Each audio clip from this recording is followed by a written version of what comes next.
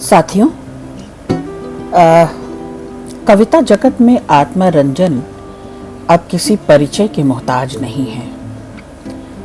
काव्य रूप में ढलने ढालने के लिए उनके पास जो विषय हैं और जो शिल्प है, ख़ास तौर पर नए मुहावरे रचते हुए जो नए शब्द वे लाते हैं, आप देखें, भाषा से शिल्प तक और अनुभावन से उसकी रचना की संरचना तक जो यात्रा करवाते हैं आत्मरंजन, कोई बड़बोलापन नहीं है,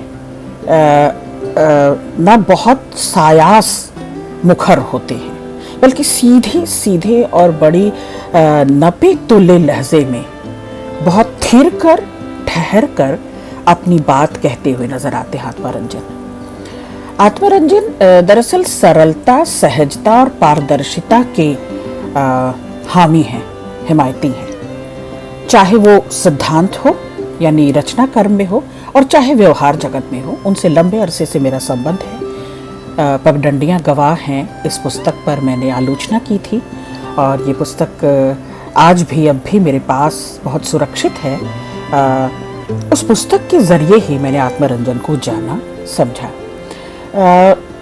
दरअसल ये आज के दौर में, आज के समय में दुर्लभ गुण है कि आप भरपूर होकर के भी आत्मविज्ञापन से बचते हैं। आत्मरंजन की ये खूबी है और यही खूबी मुझे उनकी कविताओं की ओर न केवल खींचती है बल्कि बहुत अधिक मन तक उतर जाती हैं, बहुत गहरे तक छू जाती हैं ये कविताएं। पगडंडियाँ गवाह है खूब लोकप्रिय हुई, बहुत चर्चित हुई। इनके तमाम संग्रहों में सबसे अधिक आलोचना, समीक्षा अगर की गई है तो इस संग्रह पर की गई है। साथियों, आत्मरंजन बेहद स्वभाव से, मैंने कहा ना कि उनके रचना कर्म में और उनके व्यवहार जगत में कोई फांक नहीं है, कोई अंतराल नहीं है। वो जैसे अपनी कविताओं में दिखते हैं, जो दुनिया रचते हैं, दरअसल उनकी अपनी सजोई बनाई हुई दुनिया भी बिल्कुल वैसी ही पारदर्शी है। कवि आत्मरंजन खुद कहते हैं कि हिंदी मेरे लिए भावुकता से ज़्यादा आत्मीयता, व्यवहारिकता और आवश्यकता का मामला है। तो जो हिंदी को अपनी ज़रूरत समझे, हिंदी को अपनी चाहत समझे, हिंदी को अपना समझे, अपना आत्मीय, कोई अपना सगा सा, और जो हिंदी को व्यवहार जगत में भी अपने संपर्क के लिए, व्यवहार के लिए, बोलचाल के लिए, बोलने बतियाने के लिए जो हिंदी को इतनी मान से अपनाए और थामे रहे, वो आत्मरंजन है। आत्मीय संवाद से लेकर उनकी कविताएं हों, उनकी कहानियां हों, या वैचारिकता जो वो संदेश देते हैं तमाम सोशल मीडिया के माध्यम से, वो बाकायदा ये सारी गुण लिए हुए हैं। हिंदी से उनका स्नेह, प्रेम जो है, जो अपनापन है, इसका ये मतलब हम नहीं कह सकते कि अन्य भाषाओं से उनको कुछ गुरेज है, कोई परहेज है, नहीं, बल्कि वो समान रूप से अन्य भाषाओं का, बोलियों का बहुत आदर करते हैं। लेकिन हिंदी क्योंकि उन्हें पहचान देती है, हिंदी क्योंकि उन्हें मान देती है और नाम देती है, तो ये पहचान, मान और नाम का ये कोई वर्चस्व की लड़ाई नहीं है। ये पहचाने जाने की, चिन्हित होने की मुहिम तो चलनी ही चाहिए लेखक समाज में, और हिंदी की लेखक के लिए तो कम से कम न्याय की बात जो करे और अपनी बोली भाषा में करे, है ना। और जो हिंदी की स्थिति है आज के समय में, आज के समाज में, पूरे परिप्रेक्ष्य में, उसको न केवल पुनः स्थापित करने की, सम्मानित करने की, बल्कि वो शासक की भी भाषा हो जाए, केवल शासितों की न रहे। वो लोक जीवन की तो भाषा है ही, समाज की भाषा बने, लोक समाज की भाषा बने, जन चेतना की भाषा बने। आत्मरंजन की ये मुहिम मुझे हमेशा से अपील करती है। और इनकी कविताओं में एक और खनक मुझे दिखती है, न्याय की गुहार। वह चाहे स्त्री हो या पुरुष, वो अपने वंचितों को, जो जो जो बेजुबान हैं, उसके लिए आत्मरंजन न केवल कविताओं में, अपने रचना संसार में बड़ी शिद्दत से झांकते हैं कोने अतरे तक, बल्कि वे उनके साथ खड़े हुए नजर आते हैं। स्त्री के विविध रूपों पर आत्मरंजन की कुछ अनूठी कविताएं इधर देखने को मिली हैं, और उसमें मजदूर स्त्री है, सर्वहारा स्त्री, कमज़ोर तबके की स्त्री, उपेक्षित स्त्री, स्त्रियां तो सदैव से उपेक्षिता रही हैं, उसकी उस शक्ति को जिसे ये सशक्तिकरण का दौर पहचान चिन्ह नहीं पा रहा, आत्मरंजन उसे पहचानते हैं। वह माँ है, वो बहन है, वो बेटी है, वह प्रेमिका है, वह प्रेरणा है, वह चेतना के रूप में रगों में प्रवाहित है, और उस स्त्री को बड़ा मान देते हैं आत्मरंजन। तो वो स्त्री के विविध पहलुओं को, स्त्री के क्या कह सकते हैं, डायमेंशंस को, तमाम कोणों को पकड़ते हैं, और वो आपके सामने अपनी कविताओं में परोसते हैं। सीधे हम उनकी कविताओं पर आते हैं। अपनी पसंद की 5 कविताएं आज मैं लेकर बैठी हूँ आत्मरंजन की। पहली कविता, औरत की आँच। जैसा कि मैंने कहा कि स्त्री ओरिएंटेड ही कुछ कविताओं का मैंने चुनाव किया है। ध्यान से आप सुनेंगे और फिर हम इस पर बात करेंगे। कविता है औरत की आँच।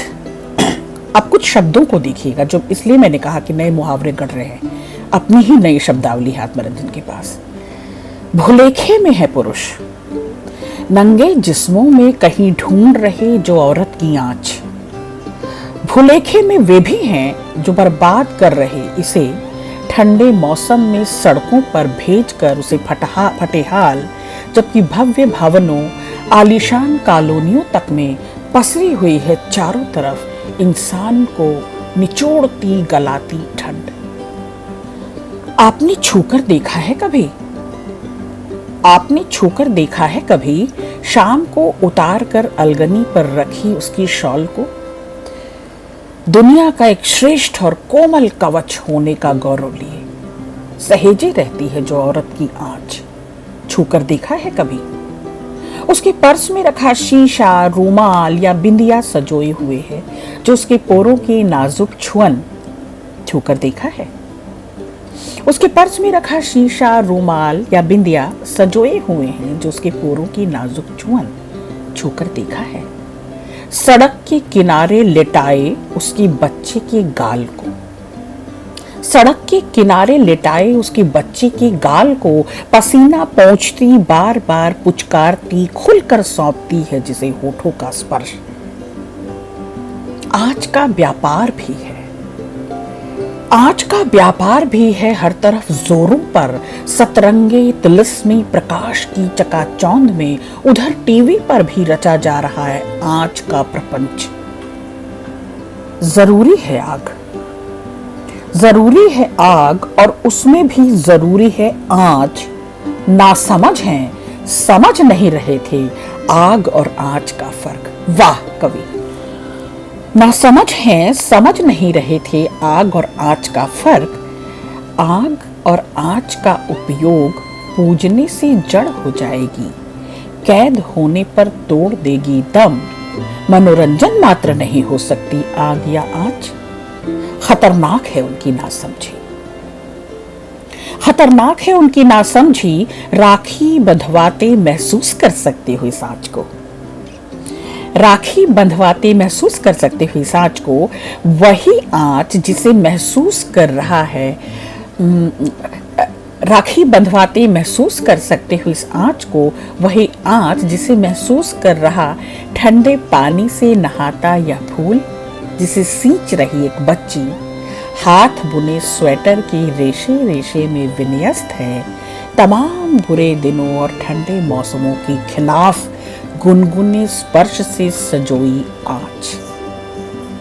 आप देख रहे हैं ये लड़ाई, ये आंदोलन धर्मिता, ये प्रतिरोध और ये नाराजगी ठंडे मौसमों के खिलाफ जो बुनी जा रही है, जो लड़ाई सजोई जा रही है, जिसकी तैयारी हो रही है, वो दरअसल उसके रेशे रेशे में विन्यस्त हाथ बुने स्वेटर की है। बहुत खूब। औरत की आँच पत्थर, मिट्टी, सीमेंट को सेकती है, बनाती है उन्हें एक घर। उसकी आँच से प्रेरित होकर ही चल रहा है यह अनात्म संसार। एक अंडा है यह पृथ्वी, एक अंडा है यह पृथ्वी, माँ मुर्गी की तरह से रही, जिसे औरत की आँच एक बर्फ का गोला है जमा हुआ, जिसकी जड़ता और कठोरता को निरंतर पिघला रही, वह जीवित और जीवनदायी जल में बदलती हुई, वह जीवित और जीवनदायी जल में बदलती हुई। साथियों, मेरी पसंद की ये दूसरी कविता, ये हाथ। ऐसे मत देखो भाई इन्हें, काले हैं, बदरंग हैं तो क्या, खुरदुरे और सख्त ये हाथ तमाम सौंदर्य की सर्जक है। तमाम कलाकारों के, शिल्पकारों के जो गढ़ते हैं, जो बढ़ाते हैं, जो बनाते हैं, उनके हाथ देखिए आप। लोहार है, बढ़ई है, आप उनके हाथ देखिए, कर्मनिष्ठ, कर्तव्यनिष्ठ और कठोर, खुरदुरे और बेहद बदसूरत दिखते हैं वे हाथ, लेकिन रचते हैं वे इतिहास। खिलाते हैं सबसे सुंदर फूल, उगाते सबसे सुंदर फल, गठीले चिकने सबसे सुंदर दाने, सबसे सख्त दाने के भीतर रचते सबसे कोमल अंकुर, पूछते सबसे कोमल कोपल। सबसे सुंदर बनाते हैं घर, दीवारें पोतते सबसे सुंदर, रास्ता बनाते निष्कंटक, साफ शफाक तोड़ते सबसे सख्त मंजर, जानते समझते हैं बीवाइयों का दर्द। ऐसे मत देखो भाई इन्हें, काले हैं, बदरंग हैं तो क्या, खुरदुरे और सख्त हैं तो क्या, ये हाथ तमाम सौंदर्य की सर्जक है। जानते समझते हैं बीवाइयों का दर्द, हाथ की और खेत की भी। ऐसे मत देखो भाई इन्हें, काले हैं, बदरंग तो क्या, खुरदुरे और सख्त ये हाथ। बेहतरीन कविता है ये।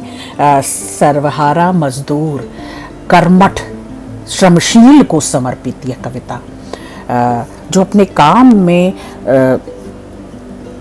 धुनी की तरह, कहते हैं ना, कविता भी लोहार कर्म है। जैसे लोहार, जैसे बढ़ई, जैसे शिल्पकार, जैसे किसान, जैसे मजदूर, ये अपने काम में लगन से लगे रहते हैं, जुटे रहते हैं तब तक जब तक अपनी सिद्धि पा नहीं लेते। कविता कर्म भी यही है। और मुझे तो यह कविता कई मायनों में, कई परतों में खुलती नजर आती है कि सर्वहारा के बहाने, मजदूर के बहाने, श्रमशील के बहाने आत्मरंजन और कई तरह की बात कर रहे हैं, जो लगातार बुन रहा है, रच रहा है, और जो रचेगा वही बचेगा। तो लिखने और रचने का फर्क भी ये कविता समझाती है। जो सतत हैं और साधना में हैं, जो साध लेने की इच्छा में है, वे साधक हैं। दरअसल वे लिख नहीं रहे होते, वे रच रहे होते हैं। स्मार्ट लोग की श्रृंखला में मुझे दो कविताएं बेहतरीन लगी। आपसे पहले साझा करती हूँ कविता और फिर बात करेंगे उस पर। पहली कविता है, बहुत कुछ कर रहे हैं स्मार्ट लोग। एक सटायर, एक सरकिज्म, ये एक व्यंग्य और मर्म के साथ, करुण के साथ ही व्यंग्य कि धक से आपको लगती है जाकर। चालाक, क्या कह सकते हैं, फैब्रिकेटेड इस जमाने को, चतुर चालाक सयाने बाकी लोगों को ये कविता चुभ सकती है, खुभ सकती है। और मैंने कहा ना कि आत्मरंजन इसी के लिए जाने माने जाते हैं। प्रचार से दूर, आत्मविज्ञापन से दूर, सीधे सरल सहज लहजे से आत्मरंजन अपनी बात पहुंचा देते हैं। पहले आप कविता सुने। बहुत कुछ कह रहे हैं स्मार्ट लोग, बहुत कुछ कह रहे हैं स्मार्ट लोग, राजनीति, फिल्मों, खेलों से लेकर धर्म और अर्थ जगत तक में मचाए हुए हैं धमाल। स्मार्ट लोग आज के महानायक हैं। ये चालाक लोग, ये चतुर लोग दरअसल हर जगह दिख जाते हैं। रजिस्टर्ड हैं ये लोग, और इन्हीं की पहचान है, इन्हीं की वाहवाही है, यही नामवर है। मचाए हुए हैं धमाल नगरों महानगरों में ही नहीं, दूर गांव देहात तक में खूब हो रही हलचल। सज रहे हैं मंच, तोरण द्वार, बिछ रहे हैं कालीन। स्मार्ट लोगों की सफलता किस्सों से भरे पड़े हैं अखबारी पन्ने। चैनल लगातार गा रहे हैं चारण गीत, कैमरे भागे जा रहे हैं उनके साथ। जय हो। स्मार्ट लोग खूब कर रहे हैं सामाजिक कार्य, अपनी ब्रांडेड छक सफेद कमीजों में लगाए जा रहे मलिन बस्तियों में बराबर चल रहा है समाज सुधार। बेटी पढ़ाओ बेटी बचाओ का खूब लगा रहे हैं नारा। स्त्री अधिकारों पर कर रहे हैं सेमिनार। किसान मजदूरों पर कितनी ही लिख रहे हैं कविताएं। बहुत कुछ कर रहे हैं स्मार्ट लोग, खूब कर रहे हैं धर्म कर्म के काम, बना रहे हैं मंदिर मस्जिदों में चढ़ा रहे हैं सोना चांदी, लगा रहे हैं लंगर, भिखारियों को खुले मन दे रहे हैं भीख, अनाथालयों में बांट रहे मिठाइयाँ, खूब खूब दे रहे हैं दान अनुदान। और तो और खुल रहे अनाथालय, और तो और खुल रहे वृद्धाश्रम। स्मार्ट लोग फेसबुक ट्विटर पर भी कर रहे हैं बड़े बड़े काम। स्मार्ट लोग फेसबुक ट्विटर पर भी कर रहे हैं बड़े बड़े काम, खूब दे रहे हैं फतवे फैसले, विरोधियों को कर रहे हैं धराशायी, कोस रहे सब उसके लिए बिना शर्म और बेझिझक। जो सब कुछ खुद भी करते हैं वे खूब। आपको कहा ना मैंने कि फैब्रिकेशन, ये बनावटी दुनिया है, ये ढोंगी प्रपंचियों की दुनिया है, ये छल और छद्म से भरे हुए दरअसल हमारे दुखों को, हमारे अभावों को समझने का अश्लील नाटक कर रहे होते हैं जो नेतृत्व कर रहे हैं। तो इस नेतृत्व को कितनी अच्छी इसकी पहचान करवा रहे हैं आत्मरंजन। पर्दे पर जश्नों महफिलों में बने ठने स्मार्ट लोग गा रहे प्रेम गीत। रेडियो टीवी पर घर बाजारों में हर तरफ गूंज रहे हैं प्रेम गीत। प्रेम से भर गई हो जैसे सारी पृथ्वी। हम सबसे ज्यादा अगर गरीब हैं, सबसे ज्यादा अगर अभावग्रस्त हैं, तो प्रेम से। प्रेम ही नहीं है अब लबालब, कोई सराबोर ही नहीं होता प्रेम में। प्रेम को पहचाना चीना ही नहीं जा रहा। प्रेम में डूबा तो क्या जाएगा। कह भी तो रहे बार बार स्मार्ट लोग, राजनीति में आए ही हैं वे समाज सेवा के लिए। कह भी तो रहे हैं बार बार स्मार्ट लोग, राजनीति में आए ही हैं वे समाज सेवा के लिए। स्मार्ट पोशाकों, महंगे धूप चश्मों के साथ उतर आए हैं झाड़ू लेकर सड़कों पर। चला रहे स्वच्छ भारत अभियान, पूरे मेकअप के साथ हेलीकॉप्टर से सीधे उतर रहे खेतों में। किसानों संग काट रहे गेहूं, लाइव कैमरे में गुफा में बैठकर कर रहे तपस्या। आप भी समझें, देखें और पूरे उस परिदृश्य को समझें। पूरा वो बड़ा कैनवास बना रहे आत्मरंजन। आपको सब कुछ साफ साफ दिख रहा है, विजुअलाइज हो रहा है, जैसे कोई सिनेमा चल रहा हो। कविता इतनी पारदर्शी है, ये सारे शब्द चित्र इतने विजुअल हैं, दिखाई दे रहे हैं। दरअसल ये दृश्य चित्र है। पूरे मेकअप के साथ हेलीकॉप्टर से सीधे उतर रहे खेतों में, किसानों संग काट रहे गेहूं, लाइव कैमरे में गुफा में बैठकर कर रहे तपस्या, खूब सज धज में। योग दिवस कर रहे हैं, योग प्राणायाम, कैमरे की निगरानी में कर रहे पौधारोपण। सबसे दयनीय किसी दलित के घर खाना खाने जैसा रच रहे मीडिया इवेंट। धूप चश्मों में निकल रहे कैंडल मार्च, कर रहे अनशन धरना आंदोलन, दे रहे ज्ञापन। कर रहे अनशन धरना आंदोलन, दे रहे ज्ञापन। कैसे कह रहे हैं आप, कैसे कह रहे हैं आप कि इतने बरसों से कुछ नहीं हो रहा इस देश में, जबकि स्मार्ट लोग ला रहे हैं राम राज्य। स्मार्ट लोग क्रांति कर रहे हैं, स्मार्ट लोग क्रांति कर रहे हैं। बेहतरीन कविता है। बहुत आज के पूरे राजनीतिक फलक को, वर्चस्व की राजनीति को, उनके कुटिल कुचक्रों को उजागर करती हो, नग्न करती हो, उखाड़ने का साहस, ये जोखिम कोई ही ले सकता है जो इस फैब्रिकेशन से दूर है। और इसी श्रृंखला में मुझे जो दूसरी कविता पसंद आई, स्मार्ट लोगों की भाषा, आप भी सुने। स्मार्ट लोगों के पास है स्मार्ट भाषा। जैसा छद्म रूप उनका, जैसा बनावटी रूप उनका, जैसी उनकी वेशभूषा, जैसी ठसक चाल ढाल, वैसी ही है उनकी भाषा। युगों युगों से अर्जित, सदियों से संचित, मोहक शक्तिशाली भाषा जमा है स्मार्ट लोगों के तरकश में। स्मार्ट लोगों के पास है स्मार्ट भाषा। बोल रहे तो जैसे झर रहे फूल, कैसी सभ्य नफीस भाषा। शब्द शब्द घोलते शहद कि गदगद हो रहा माइक भी। बोल रहे गरीबी पर तो जैसे शब्दों के सामने शर्मिंदा हूं। मुंह छुपाती फिर रही गरीबी, भ्रष्टाचार बेरोजगारी की आ ही गई मानो शामत। जातिवाद सांप्रदायिकता उनके शब्दों के सामने क्रूरतम हथियार डाल जैसे भगने भागने को है तैयार। स्मार्ट लोगों के पास है स्मार्ट भाषा।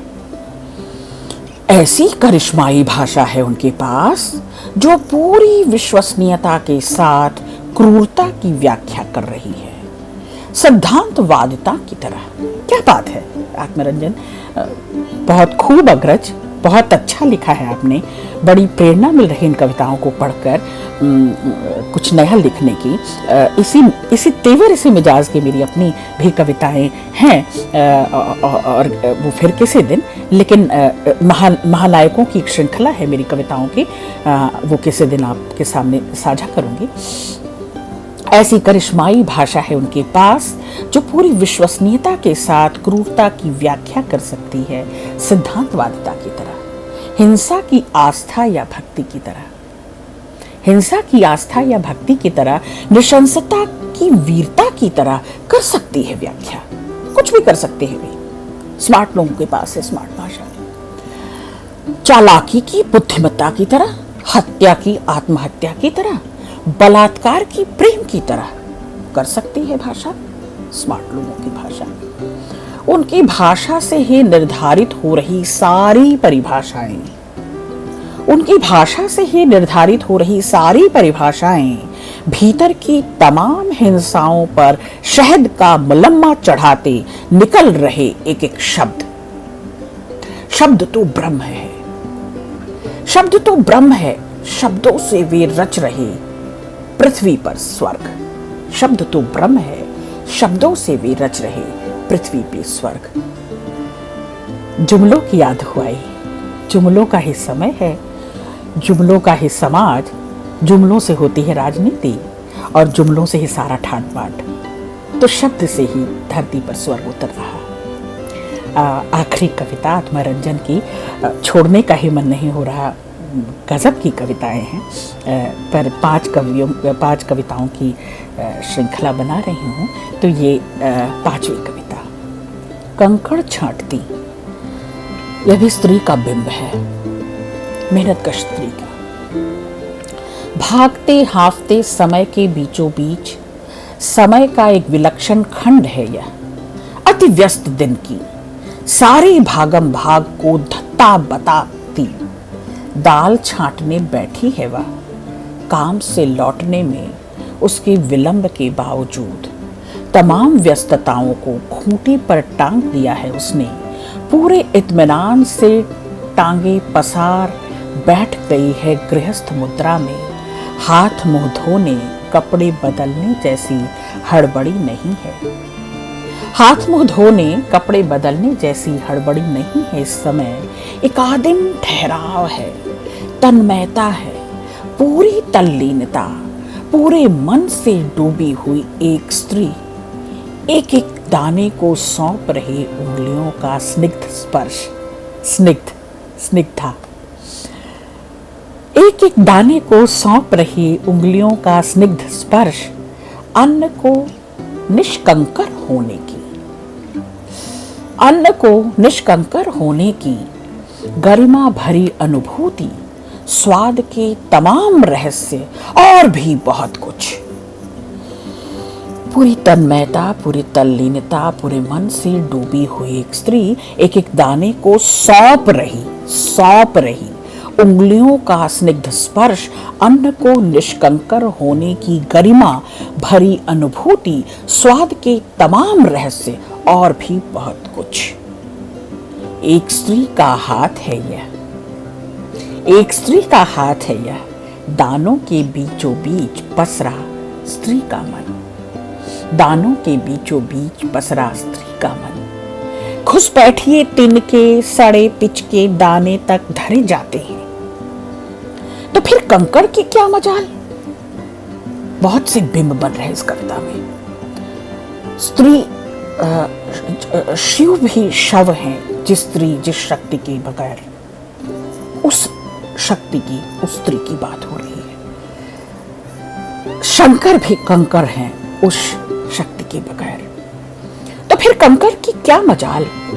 उसकी अनुपस्थिति में एक पुरुष को अनावश्यक ही लगता रहा है यह कार्य, या फिर तीव्रतर होती जीवन की गति का बहाना।